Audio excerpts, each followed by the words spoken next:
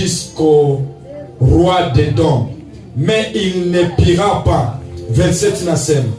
Il prit alors son fils premier-né,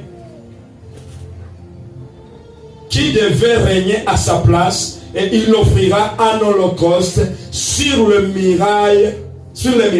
Et une grande indignation s'empara d'Israël, qui s'éloigna du roi de Moab et retourna dans son pays. Amen. Umepapata sasa? Soma sasa pale.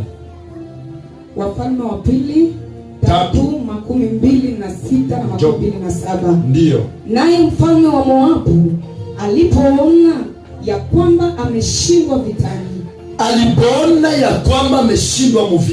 alitoa pamoja naye watu 700 wenye kufuta, akakamata 700 hommes ili wapenye hata kwa mfalme wa Edomu. Juba aende kwa mfalme wa Edom. Wala hawakurudhiki.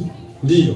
27 na mwisho. Njoo yenye kamate ile sa vile verset clé nilikuwa nataka kufundisha. Ndipo akatoa mwanawe. Il prit alors son fils wa kwanza, le premier-né, yeye ambaye angetawala mahali pake, akamtoa awe sadaka ya kuteketezwa. Écoute-moi bien, pole ma fille.